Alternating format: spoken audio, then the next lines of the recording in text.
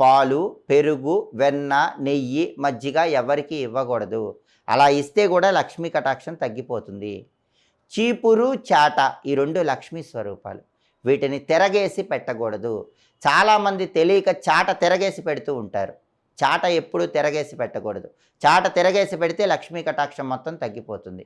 అలాగే లక్ష్మీదేవిని గంధంలో ముంచిన మల్లెపూలతో పూజిస్తే లక్ష్మీ కటాక్షం తొందరగా కలుగుతుంది.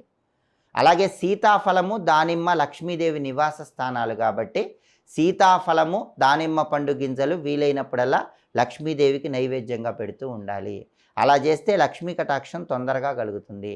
అలాగే లక్ష్మీదేవి విశేషంగా అనుగ్రహించాలంటే, ఇల్లంతా కనకవర్షం కురవాలంటే స్వయంగా ఇంద్రుడు లక్ష్మీదేవిని ప్రార్థించినటువంటి ఇంద్రకృత లక్ష్మీ స్తోత్రంలో ఉన్న ఒక శ్లోకం రోజు దీపం పెట్టే సమయంలో చెప్పుకోవాలి.